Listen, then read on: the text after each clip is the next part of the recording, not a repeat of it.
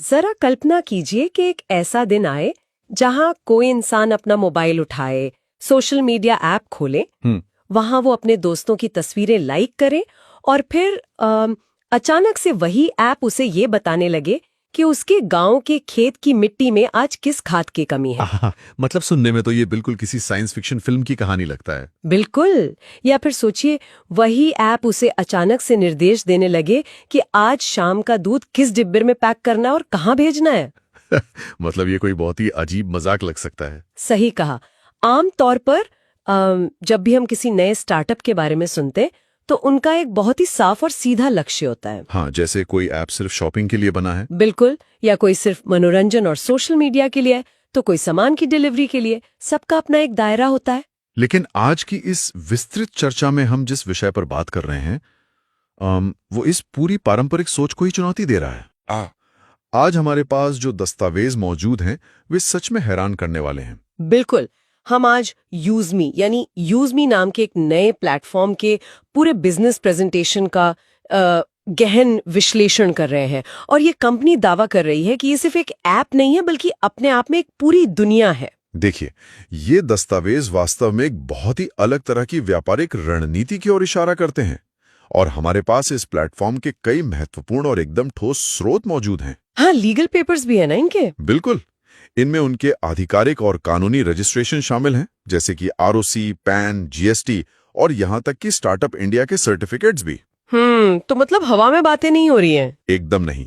इसके साथ ही उनका पूरा विजन डॉक्यूमेंट, ऐप के काम करने का जो बारीक तरीका है और उनका आय का मॉडल, मतलब पैसा कैसे बनेगा और कैसे बटेगा, इसका पूरा कच्चा चिट्ठा हमारे सामने है। और इन सभी दस्तावेजों का गहराई से अध्ययन करने के बाद एक बात जो पूरी तरह से स्पष्ट हो जाती है वो ये है कि ये कोई साधारण ई-कॉमर्स वेबसाइट या कोई सोशल मीडिया ऐप नहीं है। सही कहा।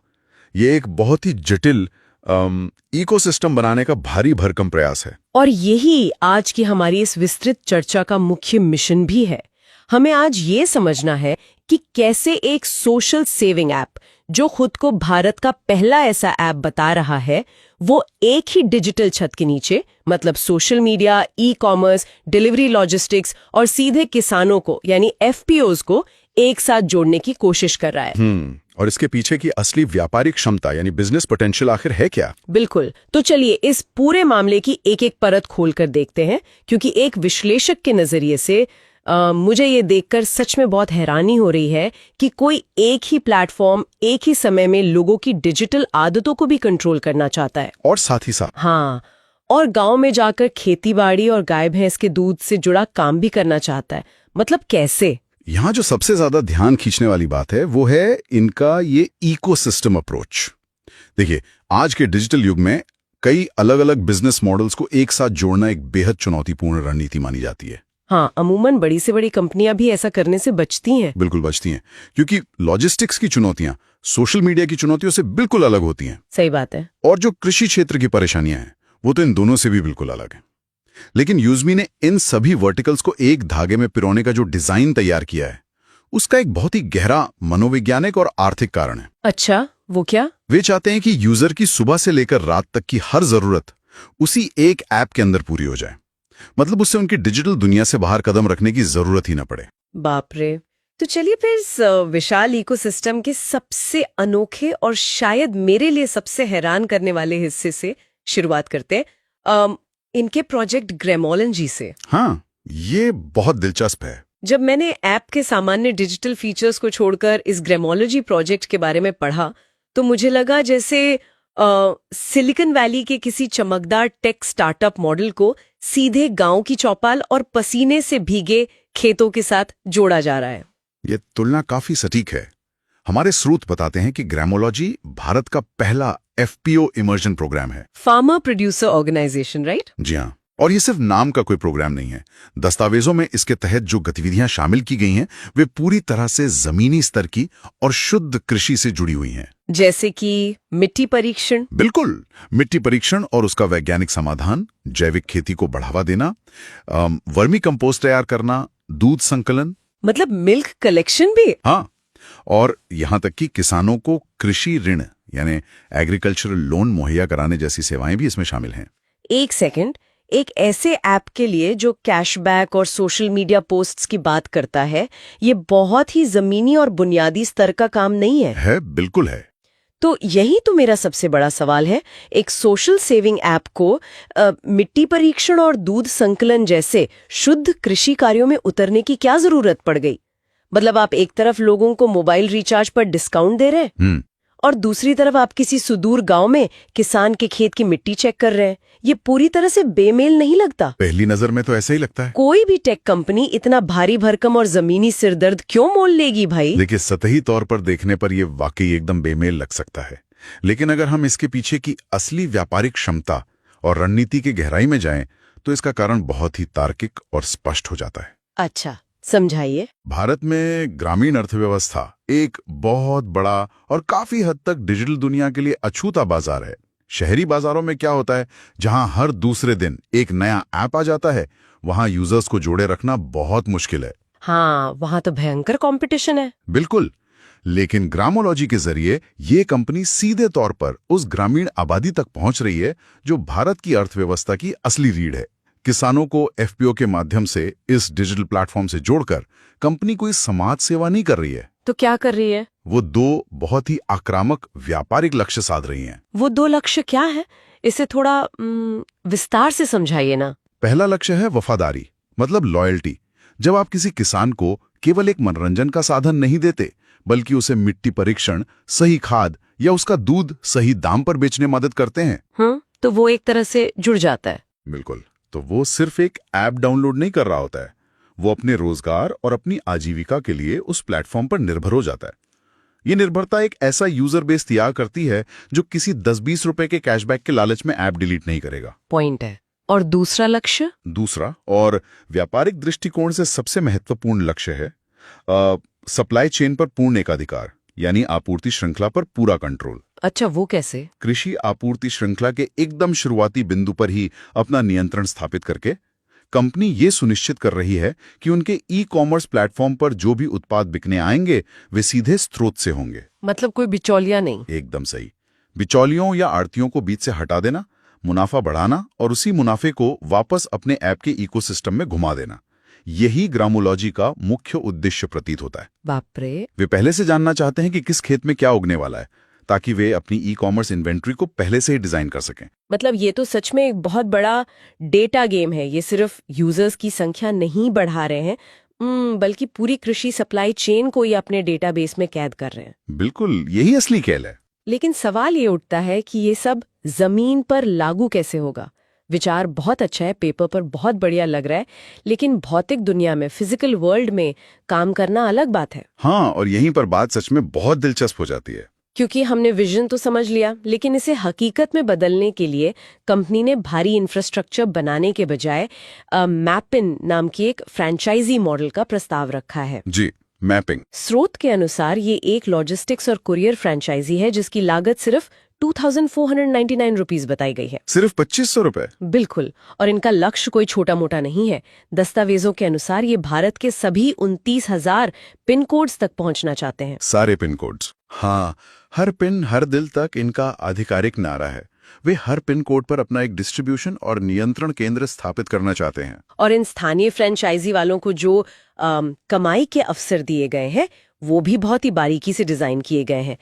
मैंने देखा कि हर सामान की डिलीवरी पर तो इनकम है ही, लेकिन साथ ही हर 1 किलो की खरीद पर 25 पैसे, व्यापारी के वेरिफिकेशन पर 150 रुपए और सबसे खास बात, ग्रामोलॉजी वेरिफिकेशन पर भी 150 रुपए की इनकम रखी गई है। और इसके अलावा भी कुछ है। ये स्थानीय फ्रेंचाइजी एक लोकल कैशियर का काम भी कर सकती है। लोकल कैशियर मतलब बैंक वाला काम?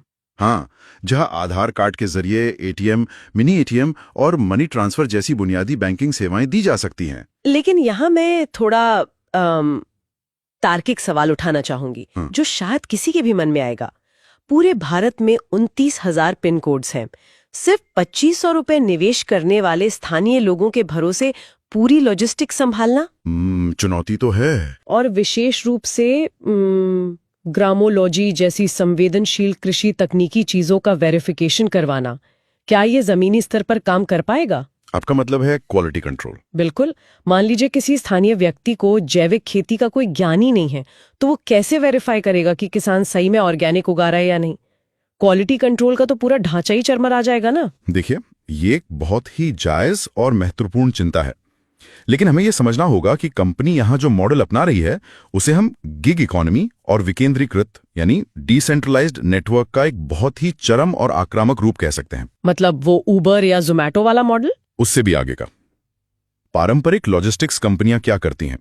बड़े बड़े वेयरहाउस बनाती हैं, ट्रकों का बेड़ा खड़ा करती हैं और हजारों कर्मचारियों पर करोड़ों रुपए खर्च करती हैं। हाँ, उनका तो इंफ्रास्ट्रक्चर ही मेन होता है। लेकिन यूजमी वो सारा खर्च और सारा जोखिम सीधे यूजर्स के कंधों पर डाल रही है। भारी भरकम इंफ्रास्ट्रक्चर बनाने के बजाय मात्र 2,499 रुपए के छोटे से निवेश के साथ वे आम लोगों को ही अपना बिजनेस पार्टनर बना रहे हैं। चालाकी तो है। और जहां तक क्वालिटी कंट्रोल की बात है, दस्तावेज बताते हैं कि ये एक 100% वेरीफाइड नेटवर्क होगा जो पूरी तरह से केवाईसी और आधार कार्ड से जुड़ा होगा। मतलब कंपनी ये मान के चल रही है कि स्थानीय सामाजिक दबाव ही क्वालिटी कंट्रोल का काम करेगा। बिल्कुल सही पकड़ा आपने। कंपनी के डिजाइन का आधार यही है कि जब कोई व्यक्ति अपने ही पिन कोड यानी अपने ही गांव या मोहल्ले में काम कर रहा है तो उसकी जवाबदेही, उसकी अकाउंटेबिलिटी अपने आप बढ़ जाती है। हाँ, क्योंकि वो अपने पड़ोसियों को तो धोखा नहीं देगा ना। एग्जैक्टली, वो अपने ही लोगों के साथ धोखाधड़ी करने से बचेगा। और ग्रामोलॉजी वेरिफिकेशन का मतलब ये नहीं है कि वो व्यक्ति अचानक से कोई कृषि वैज्ञानिक बन जाएगा। तो फिर वो क्या करेगा? इसका मतलब है कि वो स्थानीय व्यक्ति ऐप के एक तय चेकलिस्ट के अनुसार किसानों या उनके उत्पादों की पुष्टि करेगा, बस। अच्छा, मतलब ऐप उसे स्टेप बाय स्टेप गाइड करेगा। हाँ, और जो लोकल कैशियर वाला फीचर है वो तो ग्रामीण इलाकों में मौजूद बैंकिंग और कैश की कमी को सीधे तौर पर भुनाने की एक मास्टर रणनीति है। वो कैसे? इसके जरिए कंपनी हर घर, हर नुक्कड़ पर अपना एक मिनी बैंक खड़ा कर रही है, वो भी बिना कोई जमीन खरीदे या रिजर्व बैंक से कोई बड़ा बैंक का लाइसेंस लिए। कमाल है। एक तरह से 29,000 पिन कोड्स पर फैले हुए लोगों का एक ऐसा जाल जो कंपनी के लिए काम कर रहा है लेकिन कंपनी के पेरोल पर नहीं है। बिल्कुल। ये नेटवर्क तो खड़ा कर देंगे, लेकिन इन स्थानीय लोगों को भुगतान कैसे किया जाएगा? हाँ, ये सबसे बड़ा सवाल है। और उन्हें इस सिस्टम से बांधकर कैसे रखा जाएगा? यहीं पर ऐप की अपनी खुद की एक बंद अर्थव्यवस्था, मतलब कि उनकी वर्चुअल इकोनॉमी और कॉइन सिस्टम की एंट्री होती है। बिल्कुल, कॉइन सिस्टम इसका दिल है। जब मैंने इस डिजिटल कॉइन सिस्टम के नियमों को पढ़ा ना, तो मुझे लगा जैसे मैं किसी विशाल डिजिटल कसिनो या गेमिंग आर्केड के अंदर आ गई हूँ। कसिनो। हाँ, जहाँ आप अंदर घुसते ही टोकन तो खूब जीतते हैं। आपको लगता है कि अरे वाह, मैं तो अमीर हो रही हूँ, लेकिन उन टोकन्स को खर्च करने के लिए आपको उसी गेमिंग जोन के अंदर ही रहना पड़ता है। आप उन्हें बाहर की दुनिया में नहीं ले जा सकते। ये आर्केड या कसिनो वाली तुलना इस मॉडल को समझने के लिए सबसे सटीक है, मैं कहूंगा। चलिए इनके कॉइन सिस्टम के नियमों पर थोड़ा गौर करते हैं। हाँ, बताइए। जैसे ही कोई नया यूजर ऐप पर साइन अप करता है, उसे तुरंत 1,000 कॉइन दे दिए जाते हैं। वाह, फ्री के 1,000। हाँ, और अगर वो किसी और को रेफर करता है तो 100 कॉइन और मिलते हैं। अगर आप ऐप के जरिए अपना मोबाइल रिचार्ज या बिजली का बिल पेमेंट करते हैं तो 10% कॉइन वापस आपके वॉलेट में आ जाते हैं। और शॉपिंग करने पर तो शायद 30% तक कॉइन की कमाई बताई गई है। जी हाँ, यूजर को लगातार ये महसूस कराया जाता है कि वो पैसे कमा रहा है, उसके पास बहुत बैलेंस है। और यहीं पर सबसे बड़ा कैच है जिसे समझना बहुत जरूरी है। दस्तावेज साफ तौर पर कहता है कि एक यूजमी कॉइन की कीमत 1 रुपए के बराबर है, मतलब वास्तविक मूल्य। हाँ, कागज पर एक कॉइन मतलब 1 रुपए। लेकिन इसे किसी भी हालत में नकद यानी कैश या क्रिप्टो में बदला नहीं जा सकता। बिल्कुल नहीं। आप इस कमाए हुए पैसे को अपने बैंक खाते में ट्रांसफर कर ही नहीं सकते। इसका उपयोग केवल और केवल उसी ऐप के अंदर शॉपिंग करने, डिस्काउंट पाने और उनके जो विशेष ऑफर्स हैं उनके लिए किया जा सकता है। सही कहा। और इसके साथ ही इनका जो सोशल एंगेजमेंट मॉडल है वो तो मनोविज्ञान का एक अलग ही स्तर है, वो पोस्ट वाला नियम। हाँ, अगर आप ऐप पर अपनी कोई तस्वीर या विचार पोस्ट करते हैं तो आपका एक कॉइन कट जाता है। मतलब पोस्ट करने के भी पैसे लग रहे हैं? एक तरह से हाँ, लेकिन अगर दूसरे लोग आपकी उस पोस्ट को लाइक करते हैं या उस पे कमेंट करते हैं तो आपको हर लाइक और कमेंट पर 1 कॉइन वापस मिलता है। अरे बाप रे! अगर हम इसे व्यापक, व्यापारिक और मनोवैज्ञानिक संदर्भ में देखें तो ये एक क्लोज्ड लूप अर्थव्यवस्था का मास्टर स्ट्रोक है। बिल्कुल। इसे हम बिहेवियरल इकोनॉमिक्स यानी व्यावहारिक अर्थशास्त्र का एक बेहतरीन उदाहरण मान सकते हैं। कैसे? जरा सोचिए, आज तक हम फेसबुक या इंस्टाग्राम जैसे प्लेटफॉर्म्स पर जो भी लाइक या कमेंट करते थे, उससे सिर्फ उस कंपनी को डेटा और विज्ञापन का फायदा होता था। यूजर को क्या मिलता था? कुछ नहीं। हमारा तो सिर्फ टाइम वेस्ट होता था। लेकिन यूजमी ने उस मनोवैज्ञानिक लत को ही एक व्यापार में बदल दिया है। उन्होंने कंटेंट के निर्माण पर एक लागत लगा दी है। तो इसका यूजर के व्यवहार पर क्या असर पड़ेगा? बहुत गहरा असर पड़ेगा। देखिए, जब पोस्ट करने पर यूजर की जेब से कॉइन कटता है तो वो लॉस अवर्जन यानी नुकसान के डर का शिकार होता है। अच्छा, वो डरेगा कि मेरे कॉइन कम हो रहे हैं। हाँ, तो वो सिर्फ कचरा या उबाऊ पोस्ट नहीं करेगा, वो ऐसा कंटेंट डिजाइन करेगा जिस पर उसे पूरा यकीन हो कि लोग उसे लाइक या कमेंट करेंगे, ताकि वो अपनी खर्च की हुई करेंसी वापस कमा सके। ओहो, ये तो एक तरह का सेल्फ पोलीसिंग सिस्टम है जहां लोग खुद ही अपने कंटेंट की क्वालिटी बढ़ा रहे हैं ताकि उन्हें लाइक्स मिले। एकदम सही। और चूंकि ये करेंसी केवल आपके अंदर ही मान्य है, इसलिए यूजर को अपनी इस मेहनत की कमाई का फायदा उठाने के लिए यूजमी से ही शॉपिंग करनी पड़ेगी या रिचार्ज करना पड़ेगा। मतलब पैसा वहीं का वहीं घूम रहा है। बिल्कुल। ये पूरी तरह से यूजर को एक अदृश्य पिंजरे में अपने डिजिटल इकोसिस्टम के भीतर बांधे रखने का डिजाइन है। जैसे आपने कहा था, चिप्स कभी कसीनो से बाहर नहीं जाते। और इसी डिजिटल पिंजरे का पूरा फायदा उठाने के लिए और असली पैसा निकालने के लिए एंट्री होती है इनकी प्राइम मेंबरशिप की। हाँ, ये इनका सबसे बड़ा गेम है। स्रोत के अनुसार इस मेंबरशिप की कीमत 799 रुपीस है, जो कि लाइफ टाइम के लिए है। और प्रेजेंटेशन के अंदर बाकायदा इस 799 रुपीस की तुलना Amazon प्राइम, नेटफ्लिक्स और ट्रू कॉलर जैसी बड़ी कंपनियों के महंगे सब्सक्रिप्शंस के साथ की गई है। हाँ, ताकि वो सस्ता लगे। बिल्कुल, ये एक मनोवैज्ञानिक चाल है ताकि यूजर को लगे कि अरे 799 रुपीस देकर मुझे तो जीवन भर के लिए एक बहुत बड़ी डील मिल रही है। ये प्राइम मेंबरशिप इस पूरे सिस्टम की चाबी है। सच बताऊं तो प्राइम मेंबर बनने से कुछ अतिरिक्त प्रोफाइल फीचर्स अनलॉक होते हैं। शॉपिंग पर 30% तक की गारंटीड छूट मिलने लगती है। और सबसे अहम बात, असली बैंक विड्रॉल का विकल्प केवल तभी खुलता है जब आप प्राइम मेंबर हों। मतलब कैश आउट करने के लिए प्राइम चाहिए। हाँ, लेकिन ध्यान दें, कॉइन्स को तो अभी भी कैश नहीं किया जा सकता। लेकिन इस बिजनेस मॉडल में आगे चलकर जो रेफरल या टीम बनाने से जो असली रुपए वाली इनकम होती है, उसे बैंक में निकालने के लिए आपका 799 रुपीस देकर प्राइम मेंबर बनना अनिवार्य शर्त है। तो इन सब का आखिर क्या मतलब है? जो असली पैसा इस 799 रुपए की मेंबरशिप से और ऐप पर होने वाले लाखों ट्रांजैक्शन से सिस्टम में आ रहा है, उसका बंटवारा कैसे होता है? ये सबसे बड़ा सवाल है।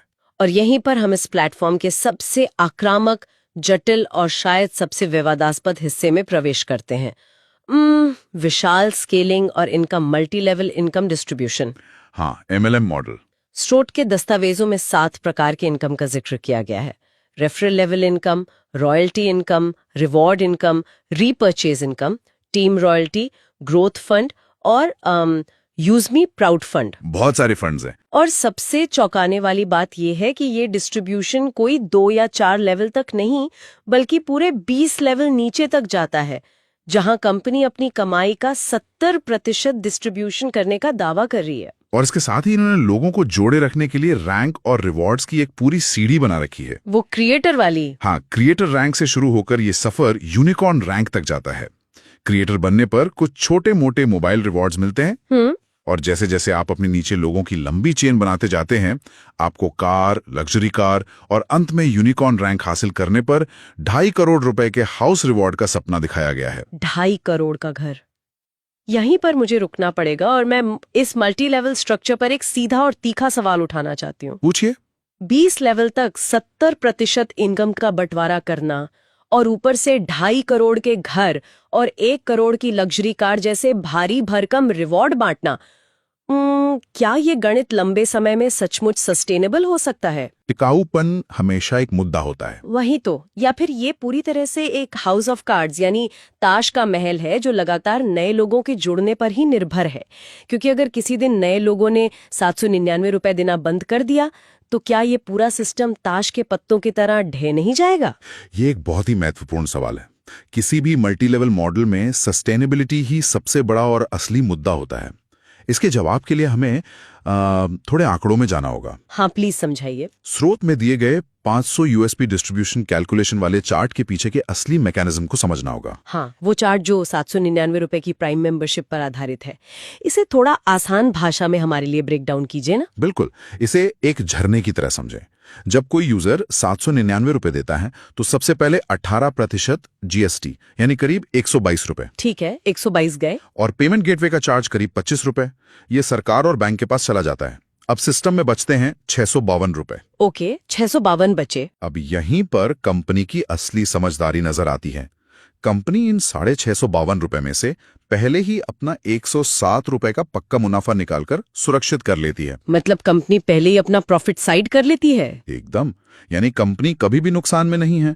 अब बचते हैं 545 रुपए। कंपनी इसी 545 रुपए को 500 यूएसपी यानी यूज मी सेलिंग पॉइंट का नाम देती है, जो उनका अपना एक आंतरिक पैमाना है। समझ गई। इसी 500 यूएसपी को एक झरने की तरह नीचे बैठे 20 लेवल के लोगों में बांटा जाता है। कैसे? इसमें से लगभग 345 रुपए रेफरल लेवल में जाते हैं, 25 रुपए रॉयल्टी में, 50 रुपए टीम रॉयल्टी में, 50 रुपए रिवॉर्ड फंड में और बाकी कुछ अन्य फंड्स में। सारा पैसा इसी 550 रुपए के अंदर से ही बट रहा है। अच्छा, कंपनी अपनी जेब से 1 रुपया भी नहीं दे रही है। मतलब कंपनी हर एक प्राइम मेंबरशिप से अपना 107 रुपए का मुनाफा सबसे पहले सुरक्षित कर रही है, चाहे उसके नीचे 20 लेवल बने या 2 लेवल। उनका रिस्क तो शून्य है। बिल्कुल शून्य है। कंपनी का डिजाइन ऐसा है कि वो हमेशा फायदे में रहेंगे। और रही बात वो 2.5 करोड़ के घर या लग्जरी कार जैसे रिवॉर्ड्स की, हाँ, उसका क्या सीन है? अगर आप स्रोत की बारीक छपाई यानी फाइन प्रिंट को ध्यान से पढ़ें तो इसके लिए शर्तें बहुत ही कड़ी हैं। रिवॉर्ड इनकम वाले चार्ट में साफ लिखा है कि ये इनाम कोई फिक्स डिपॉजिट नहीं है। तो फिर क्या है? ये मासिक आधार पर सभी विजेताओं के बीच समान रूप से वितरित की जाएगी। इसका क्या मतलब हुआ?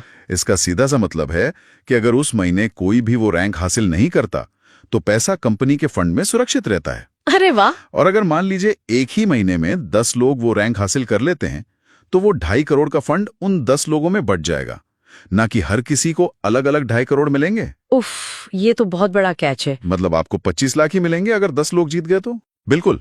इसके अलावा इस मॉडल को लंबे समय तक चलायमान रखने के लिए कंपनी ने सिर्फ नए जुड़ने वाले लोगों पर निर्भरता कम करने की कोशिश भी की है। वो कैसे? इसके लिए उन्होंने मर्चेंट यानी दुकानदार इनकम डिस्ट्रीब्यूशन का एक बहुत ही दिलचस्प तरीका निकाला है। अच्छा, वो मर्चेंट मॉडल कैसे काम करता है? इसे एक उदाहरण से समझते हैं। मान लीजिए आपके मोहल्ले का कोई दुकानदार यूजमी ऐप से जुड़ता है और वो ग्राहकों को 10% कमीशन या छूट देने को तैयार होता है। ठीक है। तो उस 10% का बंटवारा सिर्फ ग्राहक को नहीं होगा। तो किसे होगा? उसमें से 5% सीधे खरीदार को छूट के रूप में मिलेगा। ओके। 2% उस व्यक्ति को जाएगा जिसने उस दुकानदार को ऐप से जोड़ा था। 1% का हिस्सा खरीदार के ऊपर के 20 लेवल्स में बूंद बूंद करके बटेगा और बचा हुआ 2% सीधे कंपनी का मुनाफा होगा। बाप रे, ये तो हर एक लेन देन से पैसा निचोड़ने वाला सिस्टम है। और जाहिर है इस पूरे मल्टी लेवल सिस्टम में लोग नकली आईडी बनाकर धोखाधड़ी करने की कोशिश भी करेंगे। बिल्कुल करेंगे, ये तो भारत है। शायद इसीलिए दस्तावेजों में इनकी पॉलिसियां बहुत सख्त रखी गई हैं। मैंने पढ़ा कि एक आधार कार्ड और एक पैन कार्ड से आप जीवन में केवल एक ही अकाउंट बना सकते हैं। जी हाँ। अगर आपने किसी कारण से अपना अकाउंट डिलीट कर दिया तो उस पैन और आधार से दोबारा इस प्लेटफॉर्म पर अकाउंट बन ही नहीं सकता। और जो रेफरल कोड आपने एक बार डाल दिया वो बदला नहीं जा सकता। और ये सख्त नीतियां इसलिए नहीं है कि कंपनी बहुत आदर्शवादी है, तो क्यों है? बल्कि इसलिए है ताकि कोई भी चालाक व्यक्ति सिस्टम के साथ छेड़छाड़ करके या एक के नीचे एक अपनी ही नकली आईडी बनाकर लेवल इनकम का पैसा ना उड़ा सके। लूपहोल बंद कर दिए सारे। एकदम। कुल मिलाकर ये एक बेहद आक्रामक नेटवर्क बिल्डिंग रणनीति है जो पूरी तरह से वॉल्यूम यानी लेन देन की भारी मात्रा पर टिकी है। जब लाखों लोग रोजाना इस ऐप पर अपना मोबाइल रिचार्ज करेंगे, बिजली का बिल भरेंगे और अपने आसपास के मर्चेंट से खरीदारी करेंगे, तो हर एक ट्रांजैक्शन से जो कुछ पैसे या रुपए कट कर ऊपर के 20 लेवल्स में जाएंगे, वही इस पूरे सिस्टम को लंबे समय तक जिंदा रखेंगे। तो अगर हम आज की इस पूरी गहन चर्चा को समेटें तो इन सभी दस्तावेजों से एक बात तो शीशे की तरह साफ हो जाती है। यूजमी कोई साधारण ऐप या कोई आम स्टार्टअप नहीं है जिसे आप बस फोन में डाउनलोड करके रखेंगे। बिल्कुल नहीं। ये एक ही समय में मनोवैज्ञानिक रूप से डिजाइन की गई एक क्लोज्ड लूप डिजिटल अर्थव्यवस्था है। ये बिना अपना पैसा लगाए 29,000 पिन कोड्स पर खड़ा किया जाने वाला एक विशाल लॉजिस्टिक्स नेटवर्क है। सही कहा। ये एक बेहद आक्रामक मल्टी लेवल रेफरल सिस्टम है और सबसे बढ़कर ग्रामोलॉजी के जरिए भारत के सुदूर किसानों की उपज और उनकी मिट्टी तक अपनी सीधी पहुंच बनाने का एक बेहद महत्वाकांक्षी प्रयास है। पूरे प्रेजेंटेशन का सार यही है कि उनका लक्ष्य यूजर को सिर्फ एक सुविधा देना नहीं है, बल्कि उस यूजर की पूरी दिनचर्या का एक अभिन्न हिस्सा बनना है। मतलब लाइफ को टेक ओवर करना है। बिल्कुल। वे चाहते हैं कि इंसान सुबह उठकर उनके ऐप पर अपना सोशल मीडिया देखे, दिन में उसी ऐप से अपनी रोजमर्रा की खरीदारी करे, शाम को मोहल्ले में उसी ऐप के जरिए डिलीवरी का काम या पैसे निकालने का काम करे, और गांव में उसी ऐप से अपने गाय भैंस के दूध का हिसाब रखें। जी, ये एक व्यक्ति की पूरी आर्थिक और सामाजिक पहचान को एक प्लेटफॉर्म पर समेटने की कोशिश है। और यही विश्लेषण हमें अंत में एक बहुत ही गहरे और सोचने पर मजबूर कर देने वाले विचार पर लाके छोड़ देता है। सोचने वाली बात यह है कि अगर कोई एक ही डिजिटल प्लेटफॉर्म किसी इंसान के सामाजिक जीवन, उसके विचारों, उसकी रोजमर्रा की खरीदारी, उसकी लोकल डिलीवरी की नौकरी और यहाँ तक कि उसके गांव के दूध और खेत की मिट्टी तक को पूरी तरह से एक ही जगह नियंत्रित करने लगे, तो क्या होगा? वही तो क्या हम इसे सिर्फ एक मोबाइल ऐप कह सकते हैं, या फिर ये हमारी पारंपरिक आजाद अर्थव्यवस्था के समानांतर चलने वाली एक पूरी नई डिजिटल समानांतर सरकार बनती जा रही है, जहां आपके नियम, आपकी आजीविका और आपका सारा डेटा एक ही बंद सिस्टम के पास है? ये सच में डरावना भी और दिलचस्पी भी। और अगर भविष्य में ऐसे सुपर ऐप वाकई जमीनी स्तर पर कामयाब हो गए, तो सदियों से चले आ रहे हमारे आजाद और खुले स्थानीय बाजारों का क्या होगा? इस विचार पर जरूर गौर कीजिएगा। आज की इस विस्तृत चर्चा में हमारे साथ जुड़ने के लिए शुक्रिया।